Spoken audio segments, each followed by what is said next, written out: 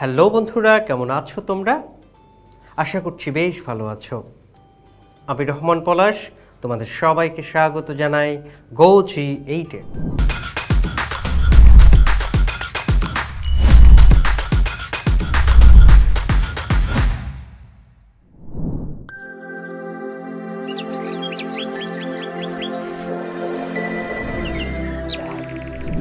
বন্ধুরা, আগের এপিসোডে আমরা নবম ও দশম শ্রেণীর পৌরনীতি বইয়ের চতুর্থ অধ্যায় রাষ্ট্র ও সরকার ব্যবস্থা এই অধ্যায় থেকে রাষ্ট্র, সরকার এবং রাষ্ট্রের ধরন নিয়ে আলোচনা করেছিলাম। আজ আমরা আলোচনা করব এই অধ্যায়ের নতুন বিষয় সরকার সম্পর্কে। তাহলে চলো বন্ধুরা, আলোচনা শুরু করা যাক। বন্ধুরা, প্রথমে আমরা জানব সরকারের শ্রেণীবিভাগ সম্পর্কে। সরকারের ধারণার উৎপত্তির সময়কাল থেকে বিভিন্ন দার্শনিক সরকারকে বিভিন্নভাবে ভাগ করেছেন। আধুনিককালে সরকারের ধরনটি কেমন, চলো বন্ধুরা সেটি আমরা ছকের মাধ্যমে দেখে আসি। আমরা জানব ক্ষমতা বন্টনের নীতির ভিত্তিতে সরকারের শ্রেণীবিভাগ। কেন্দ্র ও প্রদেশের মধ্যে ক্ষমতা বন্টনের নীতির ভিত্তিতে সরকার দুই ধরনের হতে পারে, যথা এককেন্দ্রিক সরকার এবং যুক্তরাষ্ট্রীয় সরকার। আমরা প্রথমে জানব এককেন্দ্রিক সরকার সম্পর্কে। যে শাসন ব্যবস্থায় সরকারের সকল ক্ষমতার কেন্দ্রীয় সরকারের হাতে ন্যস্ত থাকে এবং কেন্দ্র থেকে দেশ শাসন পরিচালিত হয়ে থাকে, তাকেই এককেন্দ্রিক সরকার বলা হয়। এতে কেন্দ্র ও প্রদেশের মধ্যে ক্ষমতা বন্টন করা হয় না। এই সরকার ব্যবস্থায় আঞ্চলিক সরকারের কোনোই অস্তিত্ব নেই।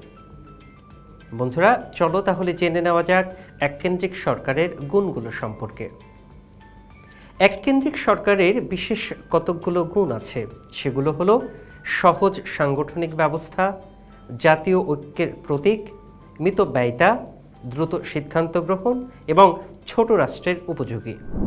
বন্ধুরা, এই পর্যায়ে আমরা জেনে নেব এককেন্দ্রিক সরকারের ত্রুটিগুলো সম্পর্কে। এককেন্দ্রিক সরকারের সুবিধা যেমন রয়েছে, তেমনি কতকগুলো ত্রুটিও রয়েছে।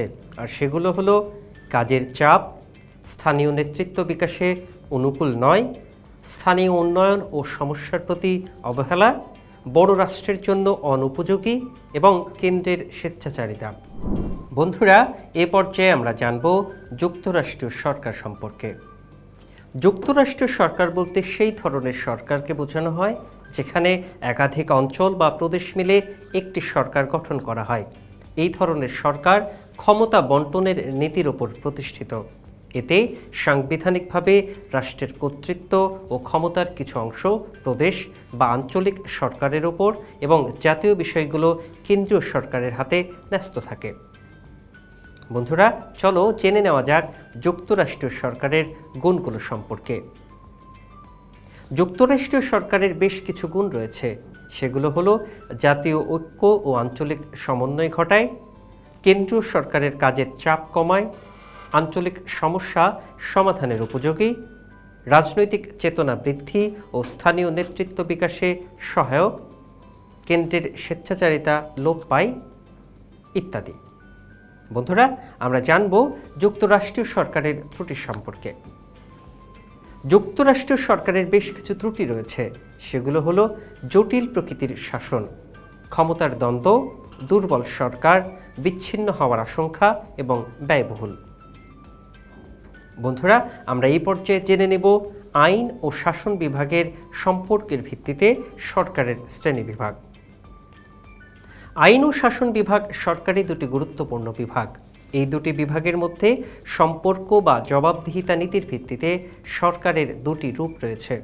এগুলো হলো সংসদীয় সরকার এবং রাষ্ট্রপতি শাসিত সরকার। বন্ধুরা, এই পর্যায়ে আমরা জেনে নেব সংসদীয় সরকার সম্পর্কে। যে সরকার ব্যবস্থায় শাসন বিভাগ ও আইন বিভাগের মধ্যে সম্পর্ক অত্যন্ত ঘনিষ্ঠ এবং শাসন বিভাগের স্থায়িত্ব ও কার্যকারিতা আইন বিভাগের উপর নির্ভরশীল, তাকে মন্ত্রিপরিষদ শাসিত সরকার বা সংসদ পদ্ধতির সরকার বলা হয়। এতে মন্ত্রিসভার হাতে দেশের ক্ষমতা ন্যস্ত থাকে। সাধারণ নির্বাচনে সংসদের সংখ্যাগরিষ্ঠ আসনে বিজয়ী দল মন্ত্রিসভা গঠন করে। দলের আস্থাভাজন ব্যক্তি হন প্রধানমন্ত্রী। তিনি দলের গুরুত্বপূর্ণ সদস্যদের মধ্যে থেকে অন্যান্য মন্ত্রী নিয়োগ এবং তাদের মধ্যে দপ্তর বণ্টন করেন। বাংলাদেশ, ভারত, যুক্তরাষ্ট্র, কানাডা, সুইডেন, অস্ট্রেলিয়া প্রভৃতি দেশের সংসদীয় পদ্ধতির সরকার রয়েছে। এই ধরনের সরকারে একটি নিয়মতান্ত্রিক রাষ্ট্রপ্রধান থাকে। তবে প্রধানমন্ত্রীর নেতৃত্বে মন্ত্রিসভা হয় প্রকৃত শাসন ক্ষমতার অধিকারী। এই ব্যবস্থায় প্রধানমন্ত্রীর গুরুত্ব সবচেয়ে বেশি। রাষ্ট্রপতি প্রধানমন্ত্রীর পরামর্শ ছাড়া কার্যত কিছুই করেন না। বন্ধুরা, আমরা জেনে নিব এই সংসদীয় সরকারের গুণ সম্পর্কে।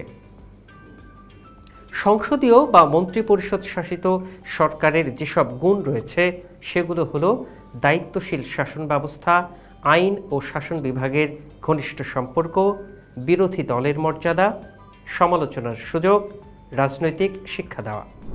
বন্ধুরা, এ পর্যায়ে আমরা জানব রাষ্ট্রপতি শাসিত সরকার সম্পর্কে।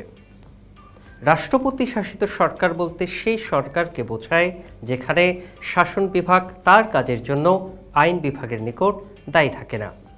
রাষ্ট্রপতি তার পছন্দের ব্যক্তি নিয়ে মন্ত্রিসভা গঠন করেন। রাষ্ট্রপতি ও মন্ত্রিসভার সদস্যগণ আইনসভার সদস্য হন। মন্ত্রীগণ তাদের কাজের জন্য রাষ্ট্রপতির কাছে দায়ী থাকবেন। রাষ্ট্রপতি সন্তুষ্টির ওপর মন্ত্রীদের কার্যকাল নির্ভর করে। মার্কিন যুক্তরাষ্ট্রে রাষ্ট্রপতি শাসিত সরকার ব্যবস্থা প্রচলিত রয়েছে। বন্ধুরা, আমরা জেনে নিব এই রাষ্ট্রপতি শাসিত সরকারের গুণ সম্পর্কে। রাষ্ট্রপতি শাসিত সরকারের গুণগুলো হলো স্থিতিশীল শাসন, দ্রুত সিদ্ধান্ত গ্রহণ, দক্ষ শাসন ব্যবস্থা, ক্ষমতার স্বতন্ত্রীকরণ, দলীয় মনোভাবের কম প্রতিফলন। বন্ধুরা, তাহলে আমরা এই অধ্যায় থেকে রাষ্ট্র ও সরকার ব্যবস্থার বিভিন্ন ধরন ও এদের দোষ ও গুণ সম্পর্কে বিস্তারিত জেনে নিলাম। পৃথিবীর কোনো রাষ্ট্রের সরকার ব্যবস্থা কেবল একটি মাত্র পদ্ধতিতে ধারণ করে না, বরং একাধিক পদ্ধতির সংমিশ্রণে বিভিন্ন রাষ্ট্র ও সরকার ব্যবস্থা গড়ে ওঠে। বন্ধুরা, এই ছিল আমাদের আজকের আলোচনার বিষয়। পরবর্তী ক্লাসে আবার দেখা হবে। ততদিন পর্যন্ত তোমরা সবাই ভালো থেকো, সুস্থ থেকো এবং GoG8 এর সাথেই থেকো।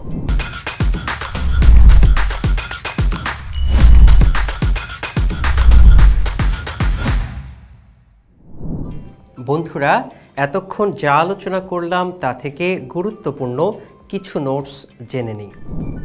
কেন্দ্র ও প্রদেশের মধ্যে ক্ষমতা বণ্টনের নীতির ভিত্তিতে সরকার দুই ধরনের হতে পারে, যথা এককেন্দ্রিক সরকার ও যুক্তরাষ্ট্রীয় সরকার।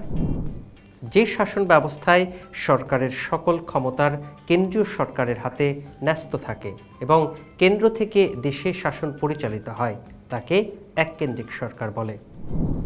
যুক্তরাষ্ট্রীয় সরকার সে ধরনের সরকারকে বোঝায় যেখানে একাধিক অঞ্চল বা প্রদেশ মিলে একটি সরকার গঠন হয়। আইন ও শাসন বিভাগ সরকারি দুটি গুরুত্বপূর্ণ বিভাগ। এই দুটি বিভাগের মধ্যে সম্পর্ক বা জবাবদিহিতা নীতির ভিত্তিতে সরকারের দুটি রূপ রয়েছে, যথা সংসদীয় সরকার ও রাষ্ট্রপতি শাসিত সরকার। যে সরকার ব্যবস্থায় শাসন বিভাগ ও আইন বিভাগের মধ্যে সম্পর্ক অত্যন্ত ঘনিষ্ঠ এবং শাসন বিভাগের স্থায়িত্ব ও কার্যকারিতা আইন বিভাগের উপর নির্ভরশীল তাকেই মন্ত্রিপরিষদ শাসিত সরকার বা সংসদীয় পদ্ধতির সরকার বলা হয়। রাষ্ট্রপতি শাসিত সরকার বলতে সেই সরকারকে বোঝানো হয় যেখানে শাসন বিভাগ তার কাজের জন্য আইন বিভাগের নিকট দায়ী থাকে না।